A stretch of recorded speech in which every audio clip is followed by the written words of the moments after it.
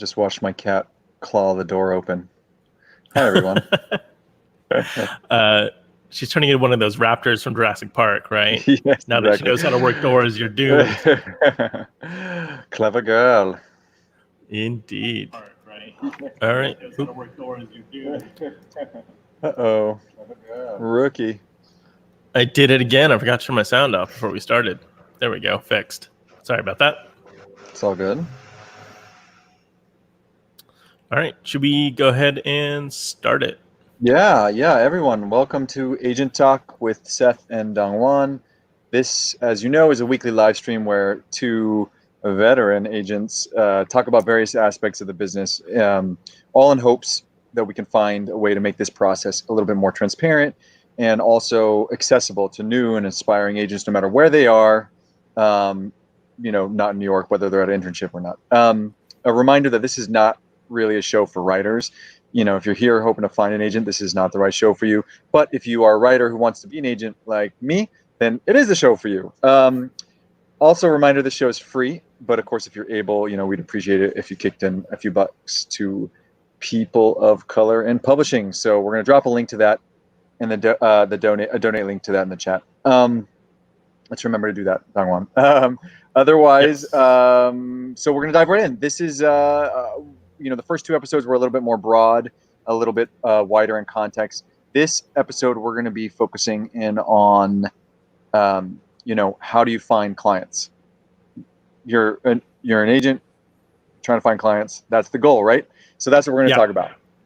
So I think this is, it's a hugely important topic. It's a really interesting topic. I think one of the interesting things about it is everyone from the outside thinks it's super simple, right?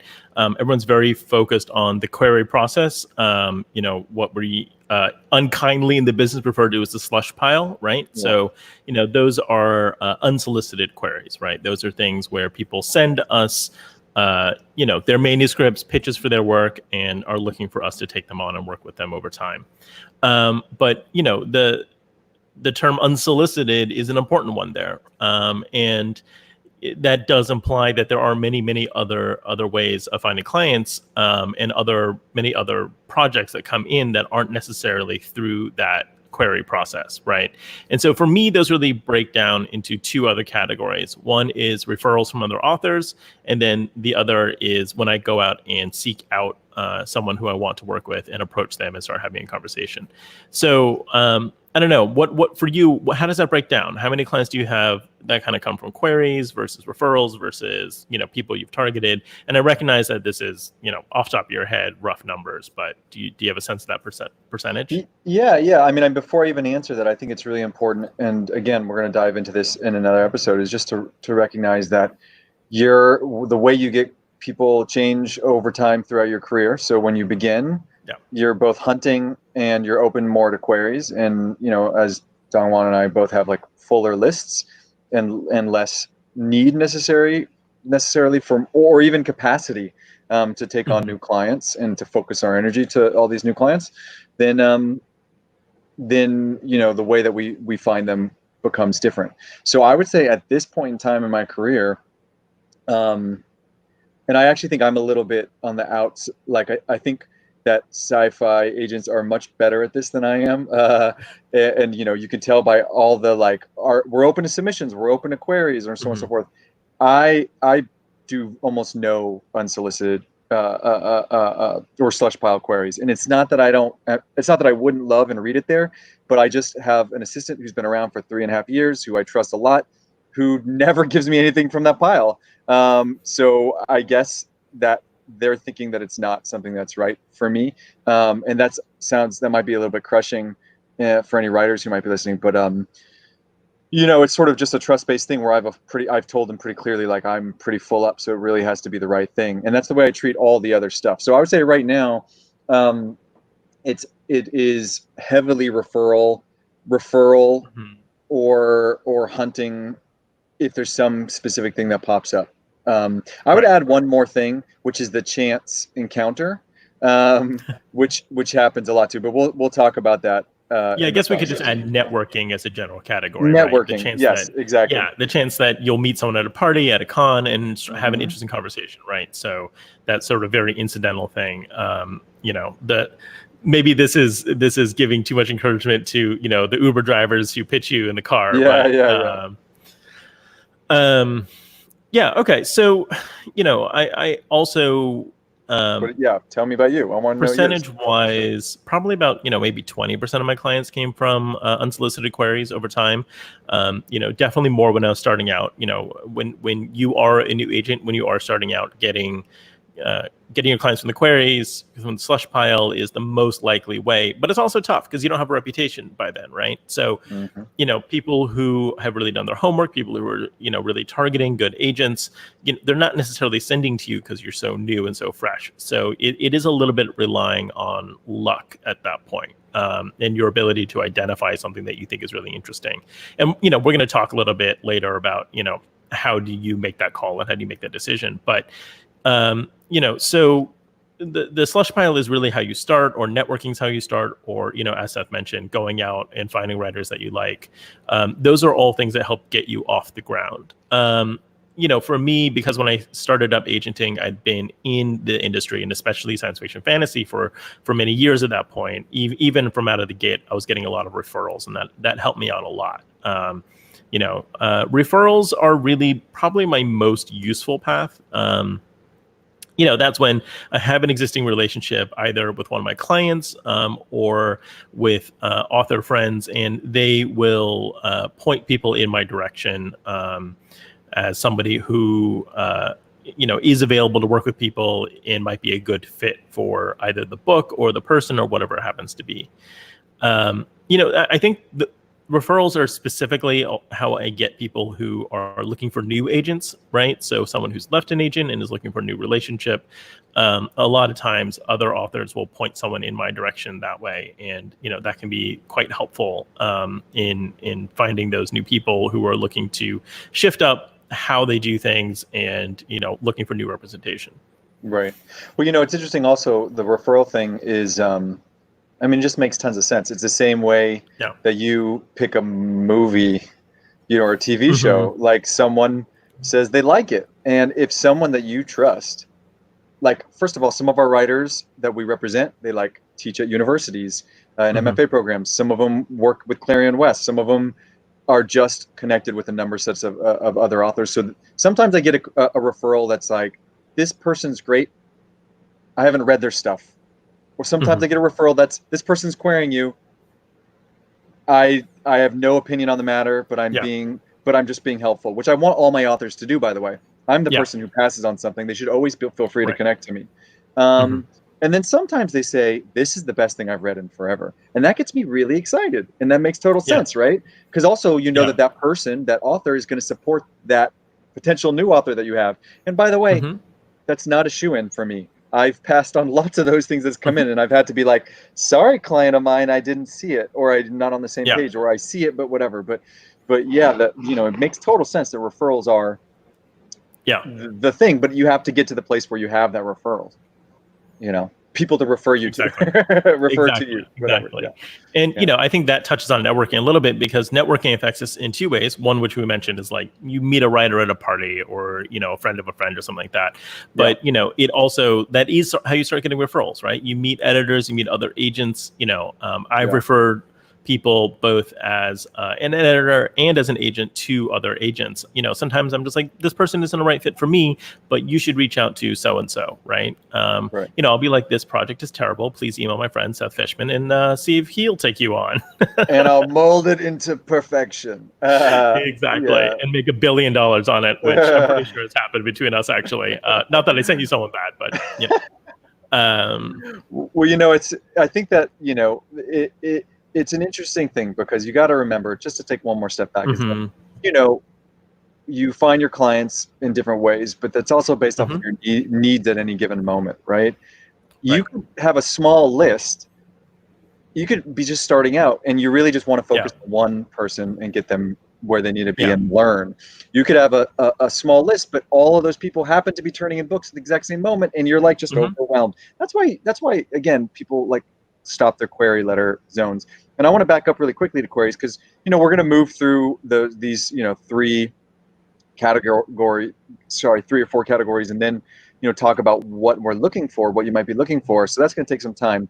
So one thing, though, it's worth thinking about in terms of queries, is when you're starting out, you have to sort of put yourself out there in order to get those queries. Yeah. Like you have to.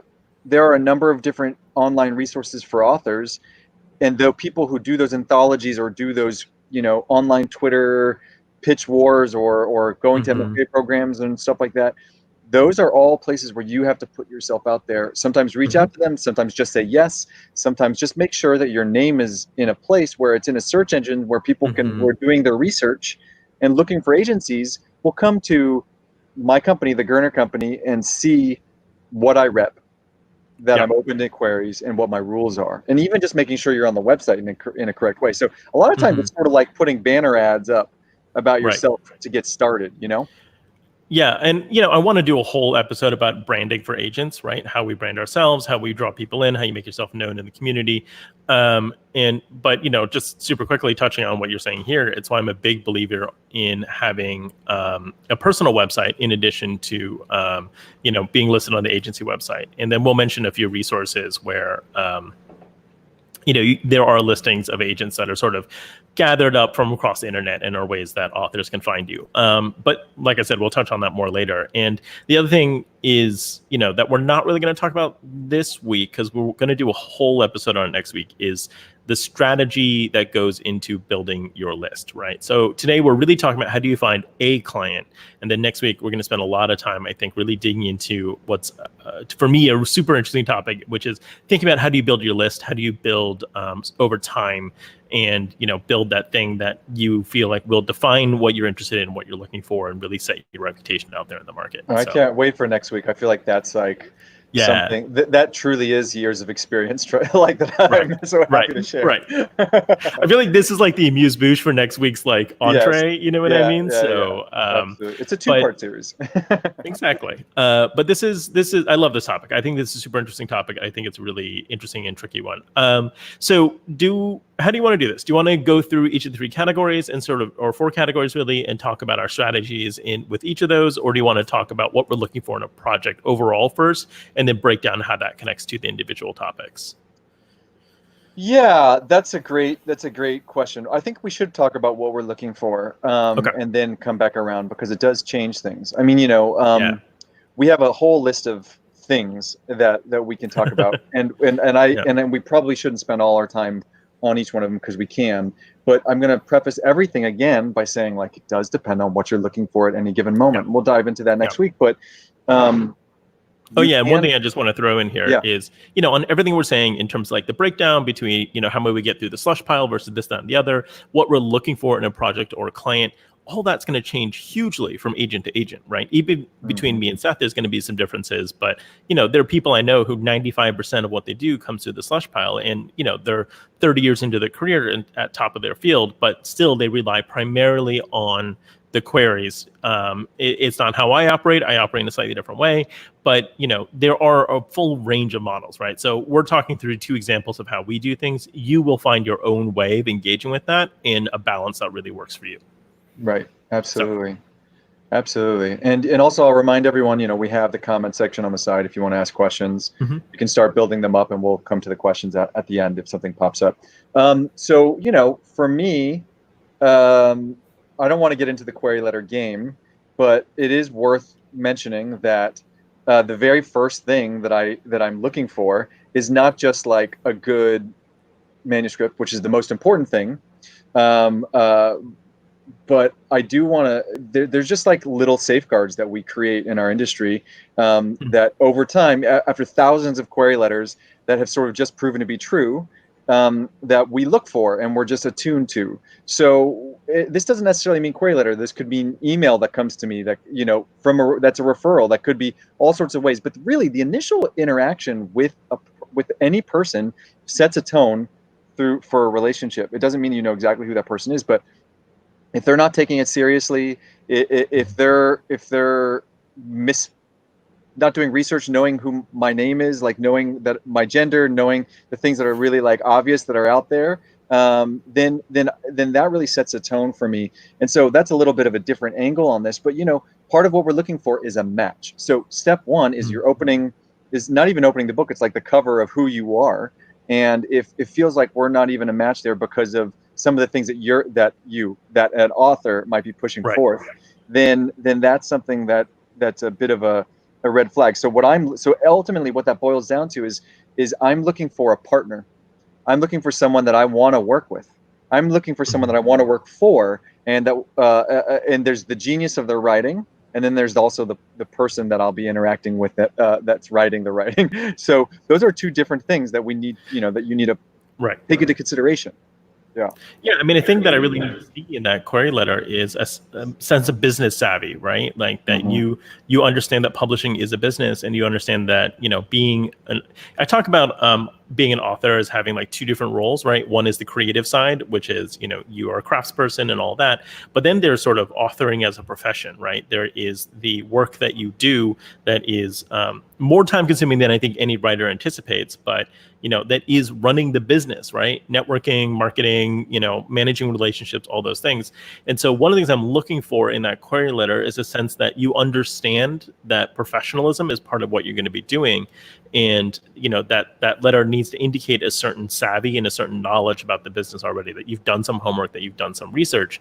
And this one's really tough, but I also need to know that I'm going to work with someone who's going to respect my time, who's going to engage with me in an open way, and those kind of things, right? So, for me, I'm as much looking for a sense that this is a person who is in this in a very serious way as I'm looking for someone who can write their face off, right?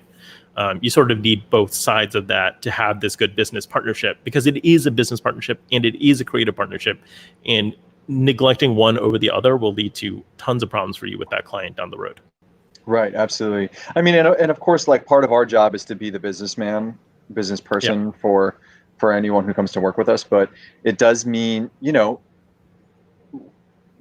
again, it is about that partnership. It's about where they are in that process. So then, after the query letter, which we will get into some other time as well, because that's a whole, it's a whole game. Then, obviously, when I'm looking for writing for what I'm looking for, it is whatever. There's a few things. There's the kind of writing that makes you get out of your chair, kind of obvious stuff. And I will say that, yes, one of my earliest clients, I was so excited about it. Her writing, I stood up and walked around my chair and sat back down. Like, when that happens, you have the best feeling. Anything. Yeah, it's the best feeling in the world, right? Like, yeah, right. It's one of the reasons why we do this, right? Is that discovery. You do this yourself when you read a book, right? When you read any book and you're so excited about it and you want to blab about it everywhere. Well, we get to find the golden nugget and be like, and then there's also this thing where we're like, please let me sign this person. Should I talk to them right now, or should I finish reading it? Stop talking to me. Hold my calls. And you're just like there. But that's pretty rare. And most of the time, I have my two things on that front, which is one is, if you can keep me up past 3 a.m., I'm probably going to sign you, right? Unless we get on the phone and we're just a total mismatch, right? Yeah. The other is, if you can make me cry, you're in, right? Yeah. Like, those are the two things I'm looking for. You keep me so engaged that I'm just not going to go to bed. I'm going to stay up all night and read this thing. Or you make me feel very intense emotions, and you can put me in that place, and I'm like, okay, this is going to work, right? You're going to, you know how to access people, you know how to like create a really engaging story that people are going to have feelings about, and then that's always really exciting to me. So, anyways, so you were going. No, that's it. I mean, that's great. For me, it's subway stops. Well, when I used to live in New York, if I missed a subway stop, then I'd be like, okay. That's always a good one. Yeah. But so like those, in some ways, those are the obvious. That can be in any genre, anything, like whatever can hit you in that whatever space. But I will say that, in a more reality-based situation, especially for those who are starting, then what you're looking for is someone who is something that is good, and you think that you have a way to get better. You have a vision that you can make it better.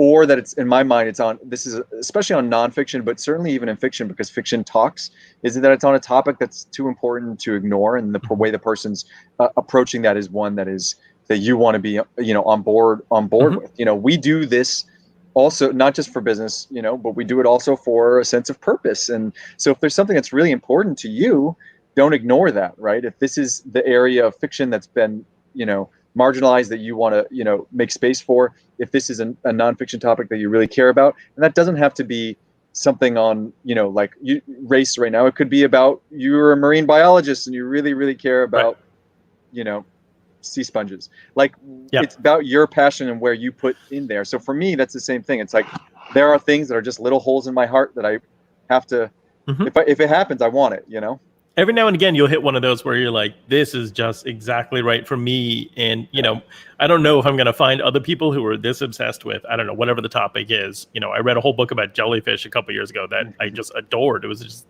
and, to me, if that had come into me as an agent, I would have been very excited and I probably would have taken that on. But also I've been like, oh boy, I hope I can find an audience of other people who are as obsessed with jellyfish as I am, right? Yeah. Which is a very specific kind of channel. I think one of the things I really want to see, and I think you're kind of bringing this up, is sorry, hold on. I wanted to make another point first. What you were saying about having a vision for the book, I think is really, really important, right? Because yes, most things that are coming to us are rough, and when you do this for long enough, you can see potential in almost any project, right? Almost anything, you can see it and be like, yes, there is a better version of this. There is a version of this that will build an audience and connect with people and be very exciting to publish.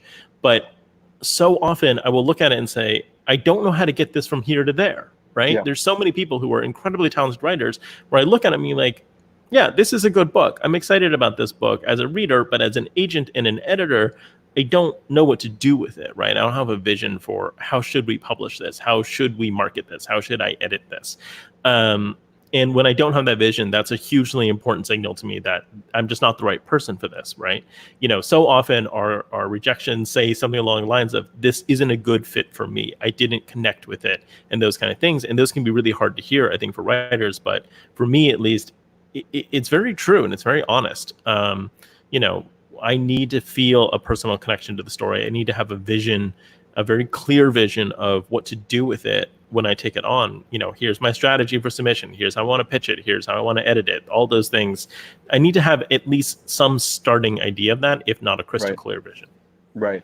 I think that makes tons of sense. And I would add the word passion as well. Sometimes I don't want to say you don't need passion, but what I will say is that one of the rejections, to follow up what you just said, also is, didn't have the correct amount of enthusiasm for a project. Also, that's a form rejection. That is true. Because you want to be able to be on the phone with an editor and who trusts you. And just like that referral comes from an author to me, I want to be able to do referral to, this is what we do, is we're referring, we're pitching, but we're pitching our reputation and our care, about a project to an editor. And so it's so much easier to do that if you have a true, real passion about that, which is one of the reasons why I make phone calls as opposed to send emails. But we'll get into that in a second. But I wanted to go back really quick. You were saying, I wanted to go back to something I've forgotten. All right. It's all right. Then. I mean, yeah, just to touch on that as well, I can't promote something, I can't pitch something I don't feel passionate about, right? And, for better or for worse, I don't have it in me to frame something that I'm not excited about as if I'm excited about it. I think there are people who do have that skill, and me saying that is not passing judgment on that at all. It's on how I work, and I think there are other people who can see the potential in something and know how to frame it and sell it, even if it's not something that they, profoundly believe in themselves. I think that is a perfectly acceptable way to be in this business. There's some people who are more business driven, and some people who are more passion driven. I end up more on the passion end of the spectrum here. So right. And I'll also say that there's some fear, for the younger agents. We're speaking to a lot of this here. There's some fear, right? Will I ever get a client? Is this the right first client for me? And I think that first client is a real conversation piece that we'll talk into more. But there is some real, it does take you a while. Give yourself a break. It takes yourself a little bit to understand how this game works. Part of what we're trying to do is give you some, belief and mindset. But what is passion? This is the funny thing, is that I'll read queries after queries after queries and be like, what is wrong with me right now? Am I jaded? Am I whatever? And then one day you read something that you're into and you're like, oh, okay, I just wasn't into these other things. Yeah. So not often you can broken. end up rounding up just Yeah. you sort of feel you sort of get down on it, right? You're like, you Right. see a lot of stuff that's okay, and then you're like, wow, maybe I'm just wrong. Maybe okay Yeah. this is better than I think it is, and I'm just, depressed because I've read 50 Aquarius that I hated.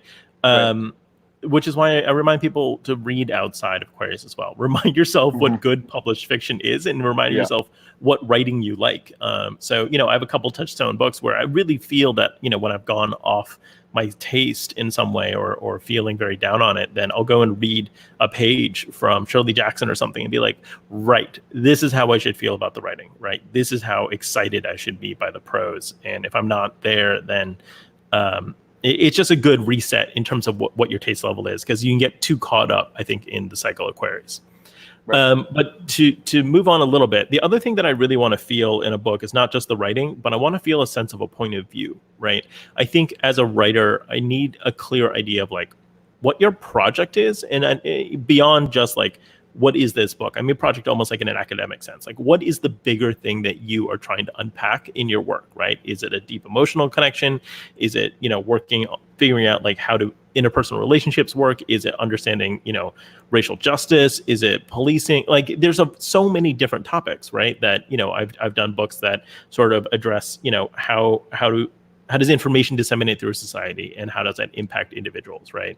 There's so many different ways. And, I am talking about fiction here because fiction is about stuff, right? And if I read your book and I can't walk away and say, this is what this was about, not necessarily in terms of a theme, but like, why does it connect? Why does it connect to this present moment? Why does it connect to me as a reader? And how does it connect to you as a person? And if I can't see you in the book, then it's hard for me to get excited about it. And I think that's where my passion really clicks in. It's not just the prose, but a sense of like who this person is.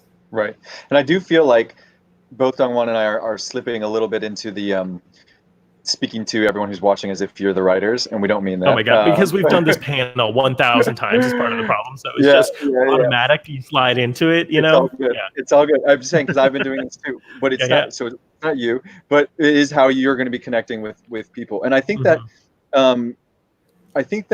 that's it's incredibly important. And I think that one thing that's kind of funny is I always when I was in high school and college reading these books, being like, did the author mean that? Did the author mean that? Well, you'll find that the authors of yours who mean that are the ones that you're probably connecting the most with, because those are the ones that have this point of view that Dongwon's talking about. They have a real purpose. Yeah.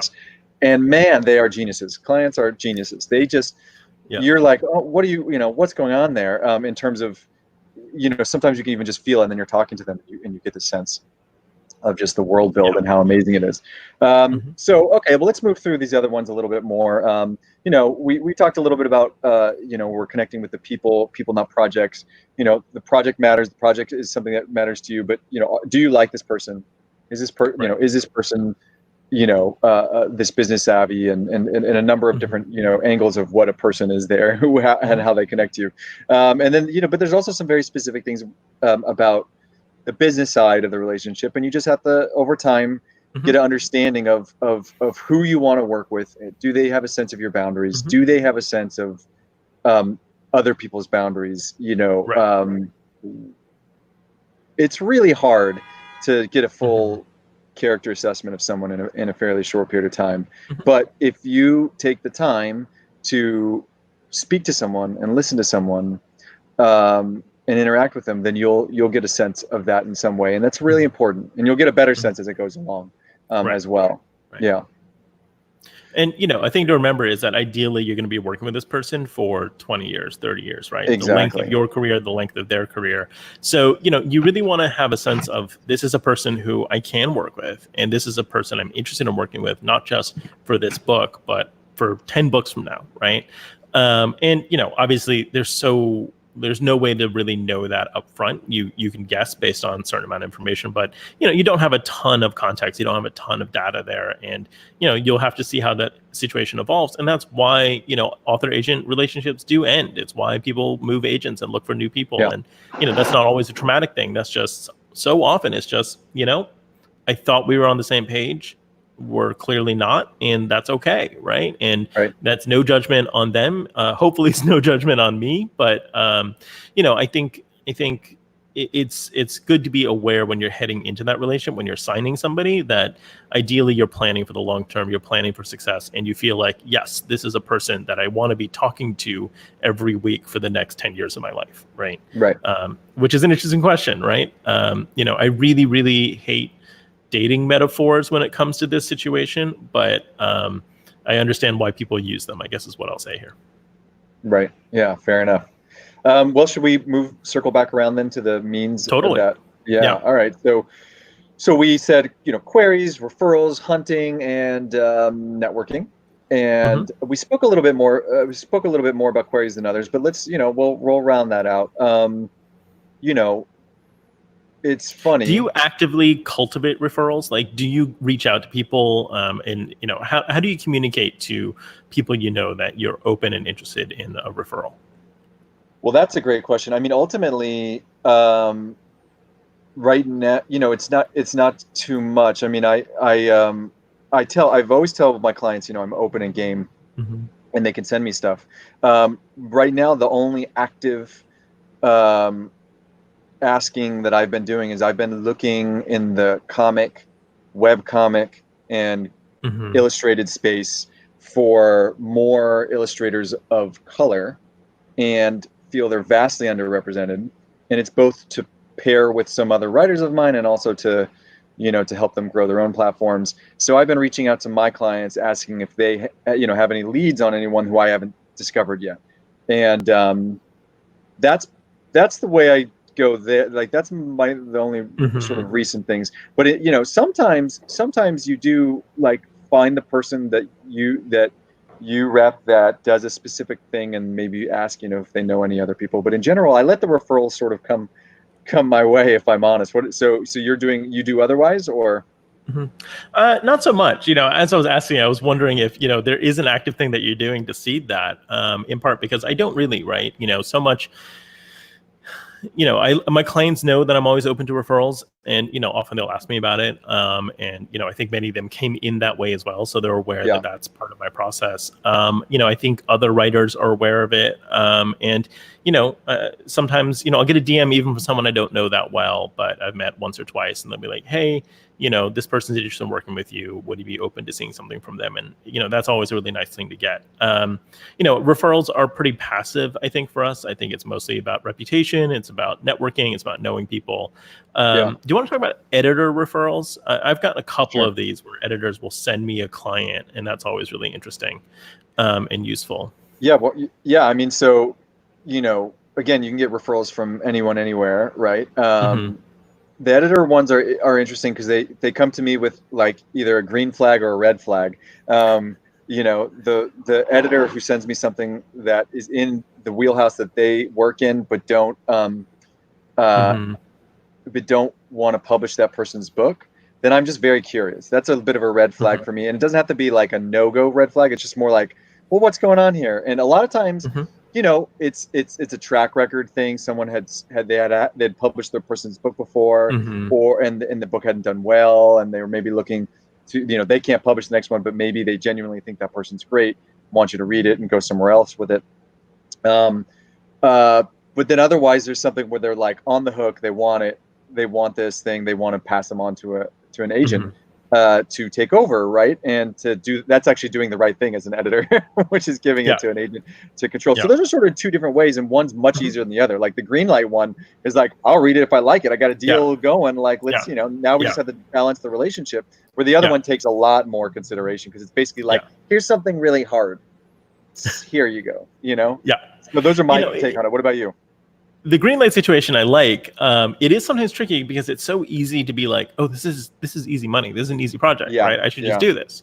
And it's important to remind yourself in those moments that, like, no, I have to hold this to the same criteria as I do everything else, because again, it's not just about this book. Just because I have an easy way to sell this one, doesn't mean that this is someone I necessarily want to take on. And I've actually had a couple editors be quite rude to me, actually, when I decided not to take something on for that reason. And it's always interesting when that happens, where you're like, all right, okay, I get that you want to do this book, and but it's not right for me. So it needs to go to someone who is really passionate about working with this client. So well, you know what's funny is that it's only happened to me once or twice. what that means, what does that mean? What that means is some of the theme to this entire stuff, which is like we're all humans and we all have our own ego at stake and, you know, our feelings, you know. So when you pass on their project, they're going to green light.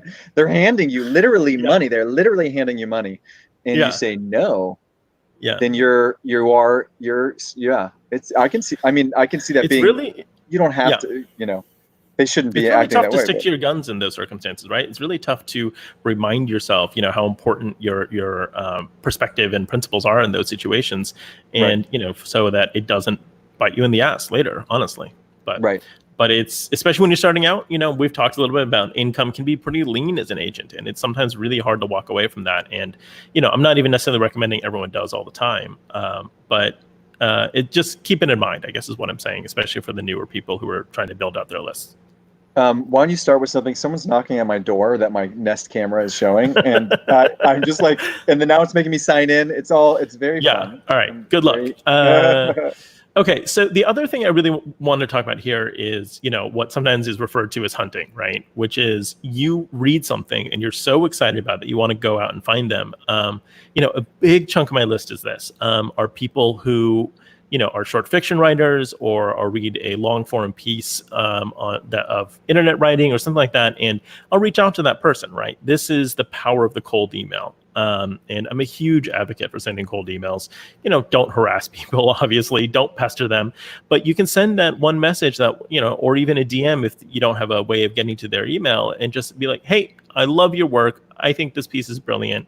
You say something specific. And, you know, I also say, listen, if you're not interested, if you're already working with somebody, please consider this just a fan note, you know. But I've gotten plenty of clients that way. I've gotten plenty of short fiction writers who came back and said, yeah, actually, you know, I'd be interested in this. Or even times where I've gotten that response of, thank you, I'm not really looking for anything, or thank you, I'm working with someone already. Then a year later, 18 months later, they come back and be like, hey, so you sent me this note one time. Are you still open to having a conversation? Yeah. You know, a lot of those leads don't go anywhere. You know, 90% of cold messages I send out never get a response, right? Or get a very polite no. But, you know, the ones that work out are so worth it. Or even when they come back to you and you have that conversation and you both realize, actually, this isn't the right situation, right? You don't represent the things that I work on, or, you know, we're not connecting in a certain way, or, you know, I'll see the project that they work on and suddenly realize, I'm not sure this one's for me, right? You know, I have a funny thing where I've been trying to do more nonfiction in my career. And, you know, I've now signed, I think, 3 different nonfiction people, all of whom have told me that they want to write a novel. And I'm like, oh, okay. Yes, I'm very excited about this novel. The novel's going to be great. You know, don't take that as me not being excited about these projects. But, you know, it's funny that sometimes that doesn't go the way you expect it to, right?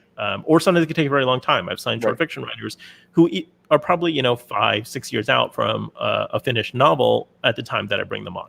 So, you know, it's an interesting strategy that requires a slightly different way of thinking than queries do, you know? Right. Well, one of the bonuses to, you know, that we're doing a number of different types of agenting is that then you can actually be that multi-purpose agent for people, and you'll beat out other agents because of that. So where do you like to hunt? Where's your fertile ground? You know, because science fiction fantasy is so rich in terms of our short fiction scene compared to a lot of other genres, it's such a great way to do it, right? You read through bestseller, or you read through awards lists, you read through the outlets that you like, right? Like you find a short fiction journal where you trust the editor's taste, and, you know, you just spend some time reading everything that comes across your desk. And, you know, the first 2 years of me becoming an agent, that's what I was spending a ton of time doing, was reading through those stories, finding people who I thought were talented and reaching out to them, right? And I built my list early on. You know, and I think a lot of people that other agents had their eye on as someone who they thought was talented, but I was able to scoop them before they had a novel ready, just because I was willing to roll the dice on working with someone and investing in their career early. And also, I think a lot of people don't realize how many opportunities there are to do exciting things. Like, you know, I've optioned so many short stories at this point, right? I've generated revenue for those authors. I've helped them get into anthologies, or help them with career questions, or, you know, there's a variety of things that we can do for them that aren't just about selling a novel, right? So if you can build a relationship with someone early, I think that can be a really powerful thing for establishing your career early on. Yeah, absolutely. And I think the short story thing, it makes total sense, and it is like it's a bit of a roll, Mhm. like you said, the roll the dice. But if you believe in someone and you grow from that space, then it makes total sense. I mean, I Mhm. I remember. I mean, so that's sci-fi and fantasy, but like there is other options for like the literary space. Mhm. You can look at the O. Henry prizes or best American best American short stories or sci-fi and Mhm. fantasy, whatever. And you look and you see in the back of the book and you see if they're represented and you see what you can then contact that person. That's how I found my first person. What's interesting is that that's how I found my first person through Tin House, and this story Mhm. ended up being an O. Henry Prize winner as well, and that I signed this person. This person, I didn't sell their book. We sadly parted ways, but they referred me to, again, I bring up Taya a lot, but she's one of Mhm. my founding stories. But he referred me to her, and that's how I ended up taking her on. So Exactly. so sometimes it's not even. I'm not saying you look at someone as a piece to something else. What I mean Mhm. is you don't know where things go, Right. and if you believe in the writer and you treat that person well and you push that person, then Right. all Right. sorts of things can come from it. Yeah. Um, So I mean, I think that process can lead to referrals too, and I think that can yeah, be a really useful thing. So yeah, yeah. and I would say I agree totally. I mean, in the sci-fi space, especially, there's so much, Mhm. like with all the awards, like there's so many great names popping up, like nice Mhm. figured out for you, like in a bow. There are other ways, like I want to flag one thing here. There is one agent who does this thing where he will email every single person who is nominated for an award, just like blanket email them. yeah, And don't do that. Don't be that no, guy. no, Read no, it, read it. do your homework, read their other work, make sure they really are Yeah, someone you want to talk to. In the same way that you want people who approach you with a query to take you seriously and approach you as a person, when you're approaching a writer, you got to make them feel like you are coming to them because you want to work with them as a person and because you love their work specifically. Don't yeah. BS them. And And you should just want that though. Like yeah. that's how you Why know else what you would you want be to. reaching out to Yeah, them? Yeah. exactly. Yeah. There are a couple other like subsets of this, like the literary journal Zoetrope. They have a writing Mhm. competition that's very good, and if you just reach out to the editor in chief, he'll send you the bundle of the Yeah. stories right before when they're chosen. And when that comes, it's like me and my assistant roll up our sleeves and we just read through them, That's so and smart. That's so and, smart. and Good so I job. rep, but Yeah. what happened, by the way, this is to speak a little bit of one of the ways you connected. When I was a junior agent at Sterling Lord with Dongwon, I ended up getting like the job of sending out short stories for a lot of people in the company Hmm. because the Hmm. agents didn't want to send out their own short stories. So Hmm. I went to Paris Review Party and connected with the New Yorker, and Hmm. that's a literary space, but there's all sorts of other spaces. So that's how I ended up God, getting a those lot of Paris review clients on my parties own. were a shit show. They were a Sorry. shit show. I mean, uh, so Stories. so Anyways. um, but then so that's one of the way, and then but in other Yeah. words, as a junior agent, you make a decision, or as an assistant you make a decision on ways that you can insert and discover new things. Obviously other ways to hunt, like you're listening to podcasts, Yeah. your web comics. One of the things I do is I Hmm. go to Instagram, because now Instagram is sort of the platform whereby you Yeah. find most of them, and I will literally type web comic into a search, and find anything over 250,000 followers, because lots of things have that many. And I follow like 20 different people, and then as the feed goes on over the next couple of months, I just delete them if I don't think they're funny. Some of them are very funny, but Yep. they're not something that I can see collecting in the right way. They'll get Hmm. a book, they'll get a 5,000 deals from Andrew McNeil, but I don't think they're something I can see growing or like whatever. Hmm. And then sometimes you just sort of you find the one that you love, right? So like something Yep. like Strange Planet, like Nathan Pyle I Hmm. signed before that because I didn't know what his deal was. I didn't know what we were gonna do, but I thought he was just really funny. And then he started Yeah, Strange you got in Planet there like right just at the right time before that stuff blew up. So couple months before that, and then he started Strange Planet, and I was like, "Oh, yeah. this seems interesting." And then I was like, the next day I had 2 million followers. Right. So that's not like me bragging. That's me saying there are different ways that you can get in Hmm. on the ground floor, short stories or Exactly. Instagram or whatever. You find the things you Social media love. is a great one. Yeah. Yeah, you You find the you things see you love. something interesting that somebody did, you follow them, and you see, are they doing other interesting things, right? Was this a one-off funny viral thing, or is there something here, right? And Right. I've gotten clients that way. I got one client that way just because like we would talk about like woodworking bullshit, right? Like we would just talk about tools, and then suddenly they were like, okay, I did this graphic novel. Do you want to help me with it? And I was like, great, let's do it. And that's a really treasured client relationship, right? Like, I love it. You never know how these things are going to show up. So, social media can be a great way to connect with people. Again, be super respectful and understand that you were coming in from an unknown position, and you got to approach that in a sensitive way. And I do think I think I was gonna say one more thing. This is something you brought up earlier. I mean, I think that this hunting changes as your representation changes. Sometimes when I'm like going after a webcomic now, I'll just say from the literary agent of, and then I'll list a couple of my webcomics who are very big, because I know that will just make them pay attention to that email. And you can't do that when you start. So when you start, you have to be in a different place. But sometimes, and here's another thing. There's this fine line. There's this thing called poaching. Poaching is when you go after someone who's repped by someone else, and you should never do that. You should never go to someone you should never go to someone and say, "Hey, I think you're being poorly represented. I want to represent you." Yeah. However, and that was something I adhere to forever, and I still adhere to it. But there was one time that one of my favorite authors left their agent and went to someone else, and I wasn't even on the query list. Now, it's sad that I wasn't even on that query list, for my own ego, but I also realized that I stopped myself from ever even really interacting with that person. And I just want to say, I don't know if everyone agrees with me here, but I actually think it's okay to say something to someone that you love to the effect of, "Hi, I think you're amazing." Yeah. That's it. On Twitter or whatever. It's not like you're not doing anything. You're just saying, "Hi, I think you're amazing." Right. And, I have plenty of other agents who've said something similar to my clients, and it's totally fine, right? Because our relationship is our relationship. I trust in the fact that I'm working with my clients, and if that relationship ever is going to break down, then I'm glad they have people on deck, honestly, right? If somebody's actively trying to poach one of my clients, someone actively tried to poach one of my clients at a dinner that I was hosting. That was interesting. But, in general... That was me, guys. I did that. Yeah, no. It was definitely sad. In general, I'm friends with a lot of writers, and, sometimes it's really hard to bite your tongue, right? When you hear that story where you just know someone's being awfully treated by the situation, but, I can't be in a position where I'm going to criticize someone else's agent, right? I'm not going to sit there and run someone down the professional relationship to them, because I don't know the whole story. I don't know what's happening there. Yep. But, sometimes over time, they come to realize that, and then in a couple of cases with me, I fortunately got to end up working with somebody who I thought wasn't being treated right. And, that's been a really wonderful thing to be able to engage with. But, there's a very firm line for me about ethically what I can talk to. I'm friends with a lot of writers who I don't work with. That is very different from poaching. And, I would encourage all of you as you're coming up to really figure out where that line is and know that distinction. Right. But, and it's not just about it. Guys, I'm sorry. I'm sorry.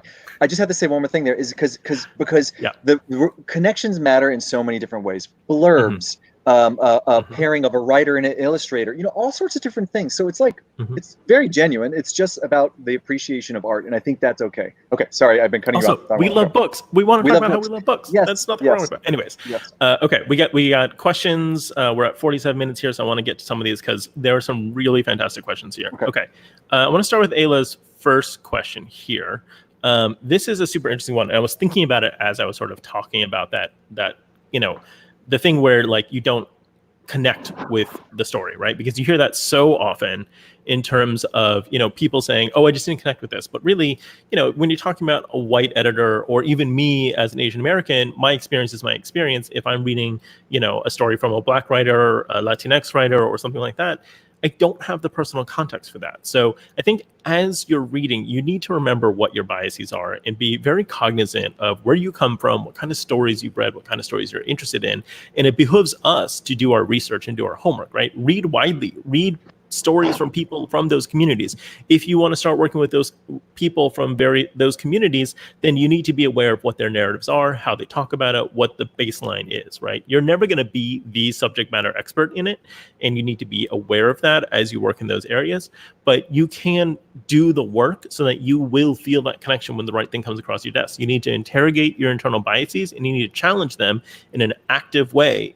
Otherwise, you're right, like that, I don't connect with this is going to be a real barrier, and it's going to keep people out of the business. So part of the work that we need to do in terms of like decolonizing our perspectives and, really understanding the ways in which we want to support BIPOC writers and, other marginalizations is you got to do the work, right? And there's a lot of work that goes behind taking on that project and learning how to promote it. And it's work that never ends.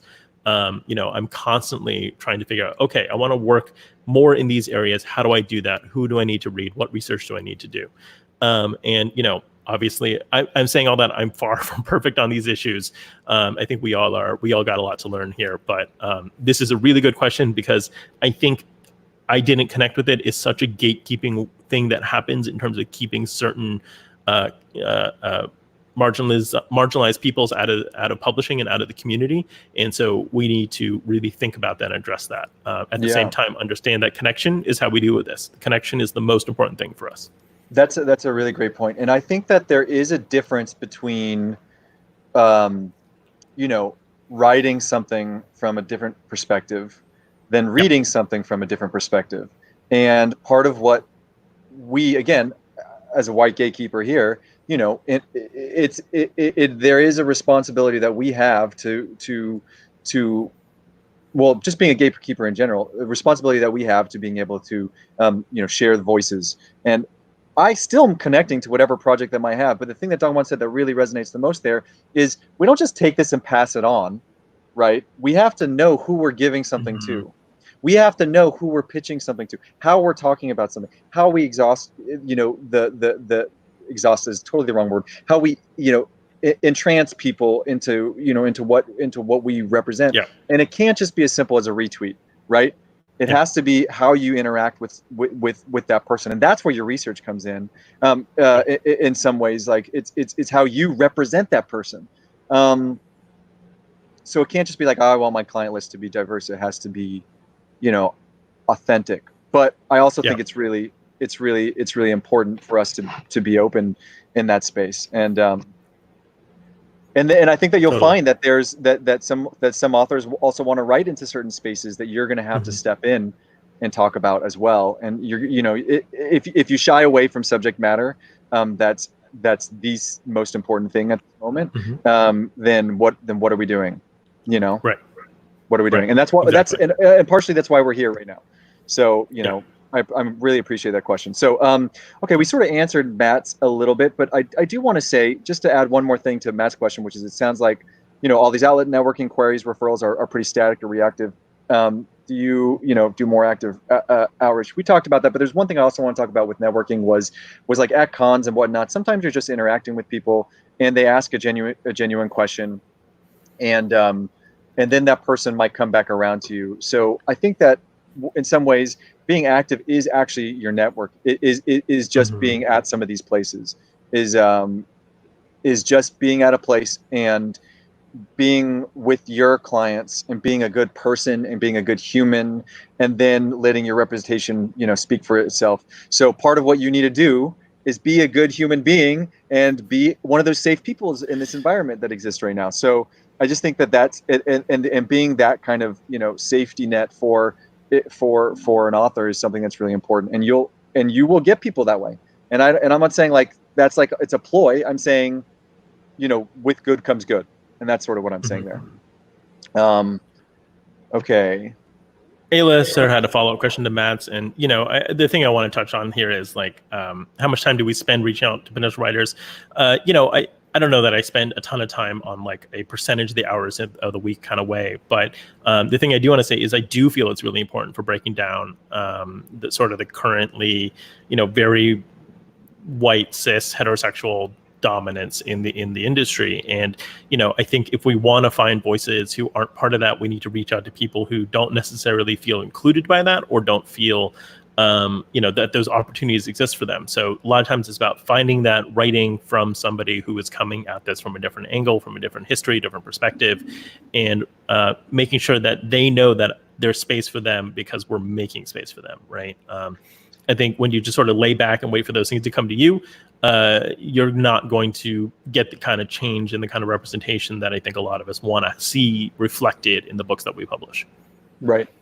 Right. Yeah, absolutely. And I mean, I see just two questions left right here, and I think we have time to get to both. So, because this one connects, Woo Woo's one is asking about, branching out of our comfort zone based off of the what the writers are writing, as in, do they basically take us along, or do we aim and look for? And I say, A, it depends on the person, but B, it depends on the situation. I think it's both.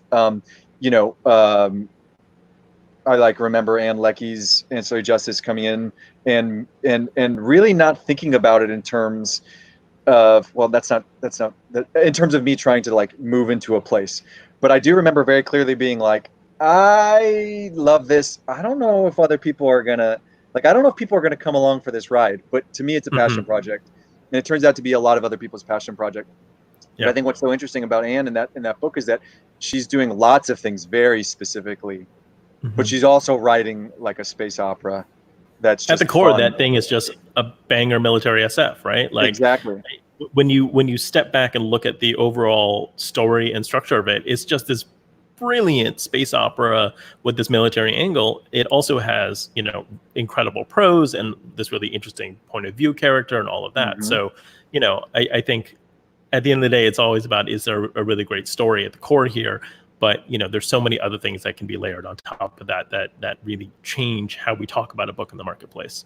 That's right. So, but to say that, or in some ways, what's a good comp to that is Arcades, books is you're looking, Empire. you're looking for a great story. So I mean, those are the kind of thing that came in that I was like, this story is amazing, and also what you're trying to do here is important. Those are two things that elevates it to a level I love. No, I don't always, but if it was just a great space opera, I'd probably rep it if I loved it, So if that makes sense. All right, so let's move on to the other one that was seconded. This is an interesting question. Do you branch out of your comfort genres due to the clients you find, or you look for clients because you want to branch out of the genres? The answer is both, quite frankly. There have been times where I've come across somebody who I thought was brilliant and was in a genre I didn't work in, and was very open to trying to figure that out. That doesn't always work out either with that client or with the category you're approaching. But I've been wanting to get into food writing for a long time. I still haven't found that right person, or like I said, I found somebody, but now he's writing a novel, which is great. Novel sounds amazing. But sometimes it is a very active process of, I want to work in this area. I do want to do this kind of work, and not having found that yet. And then sometimes it is, you have a client and they're like, you know what, I want to write this horror novel. And it's like, well, I'm doing horror now, right? And there's nothing wrong with that. And that's part of what's so exciting about, when you're an editor, you work at an imprint and you are locked into doing what that imprint does. For me, I have a client who's suddenly like, I want to write a middle grade book. And I'm like, great, I'm going to go figure out how middle grade works. I'll be back. You know what I mean? And those are such exciting opportunities and such good ways in. And then you can find out, do I like working in this category? Do I want to build part of my business around that? And for middle grade, that absolutely has been true. I've built a significant part of my business working in that space now, even though, as a reader, it wasn't something I was intrinsically interested in, 5 years ago. But now I think it's one of the most exciting, vibrant categories in all of publishing. So what about you, Seth? Yeah, no, I mean, I was sort of trying to answer that with the previous run, but I agree, and I think that also, by the way, that's one of the reasons why people leave agents, and is if that's something they don't want to do. I get a lot of I did great with the literary fiction here, but then I wanted to do this, and that's not what my agent wanted, and that's a totally reasonable thing. So, I mean, to be very open about something, I parted ways with a client earlier this week for that exact reason, right? Where I wasn't working in the category that they worked in. We took a run at it, and it just wasn't the right fit because I don't do enough in that space. So right. Okay, let's see. I think this is a really fun one.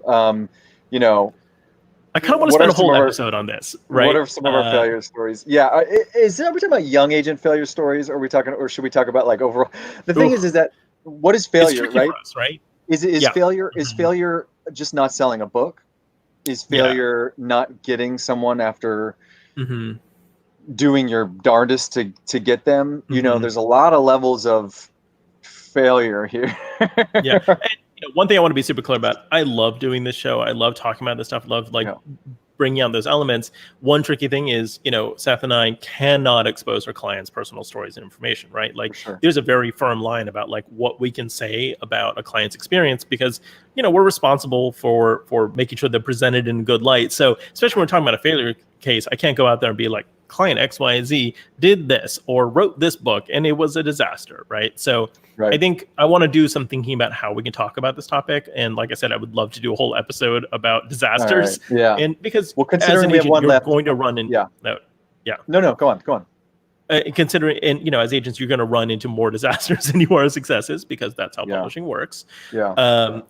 I think we should spend some time talking about that, but I do want to spend some more time thinking about, okay, how do we do that? How do we talk about this? Right. And considering we have like a minute left, we'll table that. I appreciate that question. All right. So let's see this last one then. Bit of a tangent, but at what point do you step in and send short stories for your clients? Do you pitch that support or access when hunting? How can new agents develop that access? So that's great. So first of all, it depends on the agent. Different agents like to be involved in different ways. Different genres like to be involved in different ways. When I started, I actually did pitch that, because I knew that not everyone, did those kind of things. And I definitely pitch short stories. However, over time, I've come to realize, especially in, say, like the sci-fi fantasy space, a lot of people build their own. They start on their own. It's so self-oriented. Their unagented queries happens all the time. Their connections happen there all the time. You don't necessarily need me. So basically, the way that I deal with it is, if you need me, I will, and I will to a certain level, right? So in the literary space, I'll do the New Yorker, I'll do the Paris Review, I'll do Harper's, and then somewhere around the Glimmer Train, or what was Tin House, was about when we were when it was like, is it better for you to send it or me? Some places don't want an agent to send stuff in. And in the sci-fi fantasy space, I'll definitely send some things to various people, Asimov's or Lightspeed or something like that. But I'm not necessarily needed. And I think that it depends on the relationship that person has, and also the relationship you have with the client, because I have a rule, which is I will not commission something that doesn't come through my desk in some way, shape, or form. And if they have a relationship already, then what am I taking a commission for? Unless they want me to look at a contract and make it better, which is fine. So that's sort of my answer to that. Yeah, I pretty much handle things exactly the same way. If it's my connection, if it's my contact, I had a couple of clients in a, Star Wars anthology is coming up, and that came through, Del Rey. So that is something that I handled and I managed. If it is an author sending out their short story to an open submission or an editor that then it's nothing to do with me, unless, like you said, I negotiate the contract for them, get them a different fee, change the rights, things like that. In which case, then it does flow through me. But I think in general, my authors handle their own short fiction, unless it's a unique case where it's either sourced from me or I'm connected to it in some way. Okay, we have pretty much run out of time. And Xenon, unfortunately, your question is a very large question, so we'll have to deal with that one in the future. Hi, Xenon. See you, buddy. Well, we will. We'll do a whole one on that. We will. Yeah. But for now, thank you so much for tuning in to Agent Talk with Seth and Dongwon. We hope you enjoyed this conversation. Seth, where can people find you on the internet? You can find me at the Gurner Company's website, or at my own personal website, which is SethASFishman.com, or at the handle SethASFishman. Or whatever, SethASFishman, or right here. Yeah. Mostly you can find me on Twitter. I'm at Dongwon there. I have a newsletter that you can subscribe to called Publishing is Hard. It's on Substack. We will be back next Friday at 1 p.m., 10 a.m. PST. If you have any questions, please email us at agenttalkshow@gmail.com. Until then, be good, read more, and publish better. All right, guys. Bye, everyone. Thanks for coming. Thanks for coming.